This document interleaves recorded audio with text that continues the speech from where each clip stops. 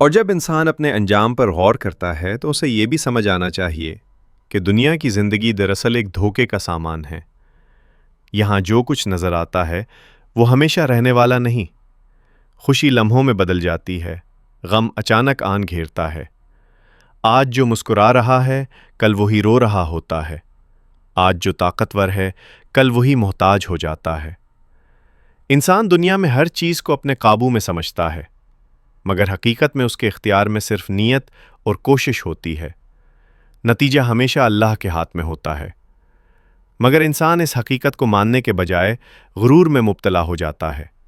وہ سمجھتا ہے کہ جو کچھ اسے ملا ہے وہ اس کی عقل، اس کی محنت اور اس کی منصوبہ بندی کا نتیجہ ہے۔ وہ اللہ کو بھول جاتا ہے، شکر کو چھوڑ دیتا ہے، دل سخت ہو جاتا ہے، آنکھوں سے حیا ختم ہو جاتی ہے، زبان بے خوف ہو جاتی ہے، اور یہی بے خوفی آہستہ آہستہ اسے اس مقام تک لے جاتی ہے جہاں گناہ نہیں لگتے بلکہ معمول بن جاتے ہیں۔ پھر وہ دن آتا ہے جب اللہ انسان کو جھنجھوڑنے کے لیے کوئی آزمائش بھیجتا ہے، کبھی بیماری کی صورت میں، کبھی نقصان کی صورت میں، کبھی کسی اپنے کے چلے جانے کی صورت میں۔ مگر انسان ان نشانیوں سے بھی سبق نہیں لیتا۔ وہ کہتا ہے یہ سب دنیا کا حصہ ہے، وقت گزر جائے گا، مگر وہ یہ نہیں سوچتا کہ شاید یہ آخری تنبیہ ہو، شاید یہ آخری موقع ہو۔ پھر اچانک وہ گھڑی آ جاتی ہے جب نہ توبہ کی مہلت رہتی ہے نہ عمل کی طاقت۔ زبان تو حرکت کرنا چاہتی ہے مگر الفاظ ساتھ نہیں دیتے۔ آنکھیں تو رونا چاہتی ہیں مگر آنسو نکلنے سے پہلے روح نکل جاتی ہے۔ اس وقت انسان دیکھتا ہے کہ اصل حقیقت وہ نہیں تھی جس پر وہ ساری زندگی فخر کرتا رہا، بلکہ اصل حقیقت وہ ہے جسے وہ ہمیشہ ٹالتا رہا۔ پھر جنازہ اٹھتا ہے، چند کندھے، چند قدم، چند دعائیں، اور پھر سب کچھ ختم۔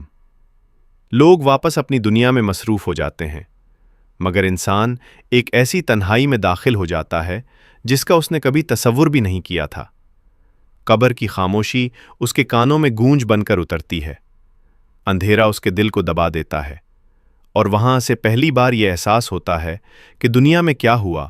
ہر عمل اب اس کے سامنے حقیقت بن کر کھڑا ہے۔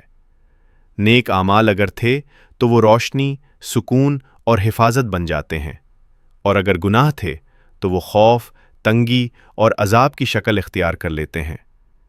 پھر برزخ کی طویل زندگی شروع ہوتی ہے، جہاں وقت کا احساس ختم ہو جاتا ہے، مگر انتظار ختم نہیں ہوتا۔ ہر لمحہ قیامت کی امید اور خوف ساتھ رہتا ہے۔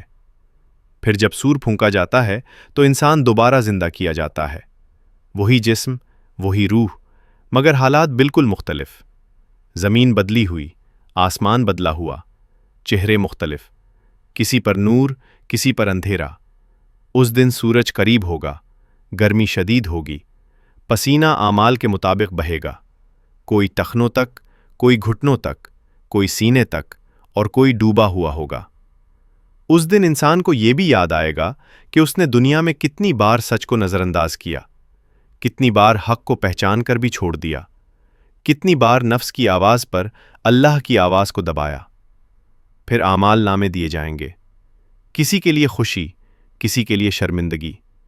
میزان قائم ہوگا، چھوٹی سی نیکی پہاڑ بن کر سامنے آئے گی، اور چھوٹا سا گناہ دل پر بوجھ بن جائے گا۔ پھر پل صراط آئے گا، جہاں قدم قدم پر انسان کے ایمان اور عمل کی حقیقت کھل جائے گی۔ کوئی روشنی کے ساتھ گزرے گا، کوئی لرزتے قدموں سے، کوئی رینگتا ہوا، اور کوئی پھسل کر نیچے جا گرے گا۔ اور آخرکار وہ لمحہ آئے گا جب فیصلہ سنا دیا جائے گا، وہ فیصلہ جو ہمیشہ کے لیے ہوگا۔ نہ اس کے بعد موت آئے گی، نہ زندگی کا دوسرا موقع، یا ہمیشہ کا سکون، یا ہمیشہ